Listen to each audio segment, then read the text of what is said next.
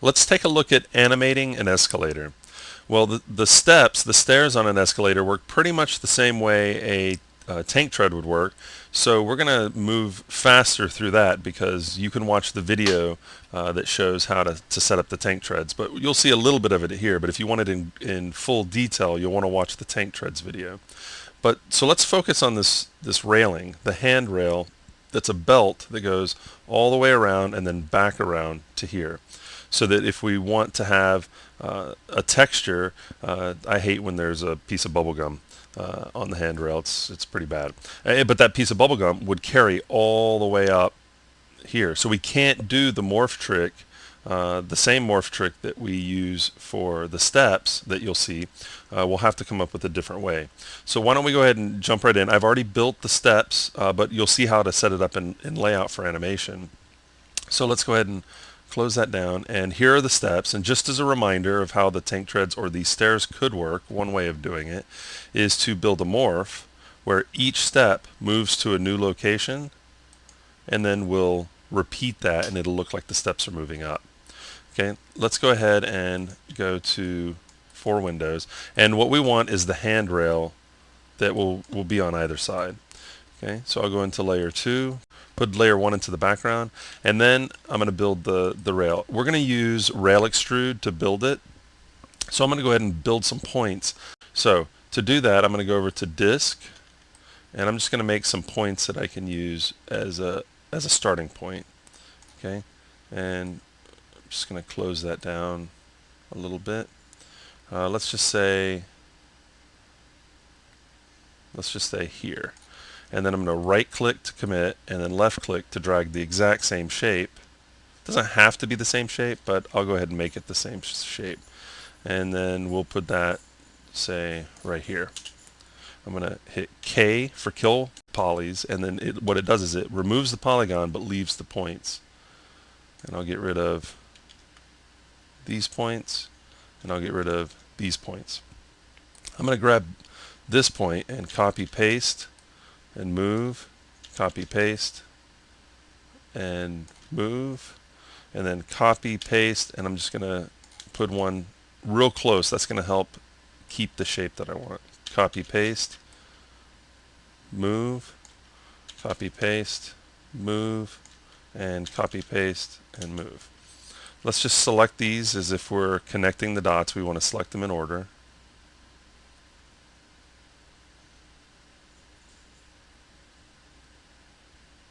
And Control P. So there's our spline. You can kind of see it's the basic shape. The handrail will come up and around, go flat a little bit because the steps are flat, and then go up, flat a little bit, and then around. And if we wanted it to be like the real thing, we could have it connect all the way around. Let's just take a quick look. Actually, there's a better image, but this shows you how the belt works. So the belt goes all the way around, okay? But all we're going to see is what's on the outside, what you would actually see in the real world, because the rest is hidden by walls and structure. So now that we have that, let's go into layer 3, and we're going to create the geometry that will become our rail. So for this, I'm just going to use a flat box. Now you could build a much more complicated shape and it would still work. Okay, but let's just, for now, I'm just going to use this, and I'm going to copy it and paste it into layer 4 just so I have that as well. Okay, and we're going to rail extrude. So I have my flat poly in the foreground, and in the background I have my spline. So I'm going to come over to multiply, and you want to make sure that that flat poly is starting where the first point on your spline is, where the head of your spline is. So rail extrude, and let's just try 40. Okay, well that works. Okay, and now what we need to do is build our actual rail. This is just going to be our template rail. So I'm going to come over here, and in layer 5 I'm going to build a new spline. I'm going to put this in the background so it'll give us an idea. Okay, and create, I'm going to use draw spline. I'm going to start here and end here. It's going to be a really simple spline, just 2 points. Okay, let's grab our actual rail, which is just this flat poly right now, put it at the head of the spline. I'm going to flip those polygons, and then let's rail extrude that. So I'm going to use the same settings. So multiply, rail extrude, 40. Okay, and if we look, it looks like just a flat box, but it's got lots of segments. Okay, so we have this one and this one. Let's put this in the background. Okay, and we'll come over to map, background to morph, and we'll call this handrail. And it morphs into that shape. So if we go to base, it looks like this. And if we go to handrail, it looks like this. So we're pretty much ready to go. I'm going to go ahead and delete all the pieces that we don't need. So this was just a temp piece, so we'll delete that. Come over here and delete that. I'm gonna cut and paste my handrail into layer 2 just to kind of clean it up. So we've got the two pieces that we need. I'm going to save that and I'm going to send it over to layout. Okay, so in layout, let me I'm going to adjust the light just so we can kind of see some shadows and things on here. It'll dress it up a little bit. Okay, and let's go ahead and have the steps start animating, and then we'll get to the handrail. So for the steps, we'll go to Object, Properties, Deform. Let's move over to frame 5, and for Add Displacement, we'll choose Morph Mixer. It's got one morph. We'll go ahead and do 100%. Hit E for Envelope for the graph editor. Select that keyframe on frame 5 and set the post behavior to repeat. So it's going to keep, it's going to go move the steps up, then it's going to bring them back down and then move the steps up and keep repeating, which is going to give us the appearance. If we look, it gives us the appearance that those steps are moving up. Okay. Again, if you want it in full detail, check out that tank treads video. Okay, but what about this handrail? Well, it works similar. So what I'm going to do is load up an image to place on here so that we can see what's going on. So I'm just going to grab, let's load an image, and I'm going to grab just this box line image that we used in another video. But you can use whatever image you'd like for this. And let's go over to the surface editor. And unfortunately, I didn't change the surface color on this, so I'm going to hop over to Modeler, just so that it wouldn't hurt, but I want to be able to have the steps different. So this is going to be called Rail, and let's make it black. Okay, and then I'm going to save and synchronize. Don't send object over, just synchronize it. So now it's black. This will work out much better. So I'll go to Rail, and for the texture editor, I'm going to choose the box lines. Okay, and let's invert it so that it's black with white lines.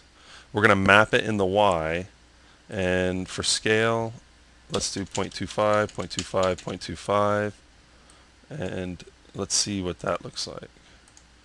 Okay, you see the white line? That's what I want. Okay, and you can get them as tight as you want or as small as you want. Okay, now that I have those on there, I'm going to come over to Object Properties, Deform, Morph Mixer, and I'm going to morph it on frame 0 up into place. Okay, and we're not going to do an envelope on this. There's no reason to.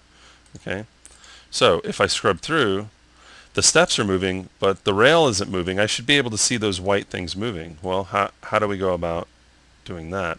Well, if I come over to the surface editor, come back over to where I place the image, I can come over to position, and I want it to travel down the Z, so let's set an envelope, and let's create a keyframe at the end of our animation just by clicking over here, and then I'm going to move that up. Okay, so I'm moving it in the Z. Okay, and depending on how fast you want it to move will be how high up, how far the image travels. So I'm just going to do this. We can always come back and change it and close this. And now when I scrub through, you can see It's moving really fast. So surface editor, we'll come back over here and let's slow that down some. I'm going to leave the graph editor open so that we can see the speed. Okay, that's much better, but it's still really fast. So let's slow that down. Okay, that works. We could slow it down a little bit more, but you get the idea. So even though this object is not moving, it appears to be moving because the surface is moving on the object. If you didn't want to see a repeating pattern, all you'd have to do is create a really long image with whatever graphic that you want, or graphics if you want multiple nicks or stains or stitches or anything like that. You have it right there. So you can duplicate this object, you can clone it right here in layout, put it on the other side, and you've got the rails set up. And actually they're sitting in the center. So what I need to do is move this over here, and then let's go ahead and clone it, and we'll move that clone over here. Okay, you would want to build some kind of structure around this. You could even build the glass or the plexiglass that goes in between here. You can get as detailed as you want, but there you go. We've got an escalator where the steps are moving and where the rails are actually, it looks like the rails are traveling up in that big loop that they would in the real world. So that's using just a quick morph trick to get the texture to move on a curved shape, even though we started off flat. So you just morph it into the curved shape, and the texture is going to remember that it's on a flat shape, even though you morph it into place. You could also use bones and do the same thing, but I find that the morph trick in this case works much faster than bones.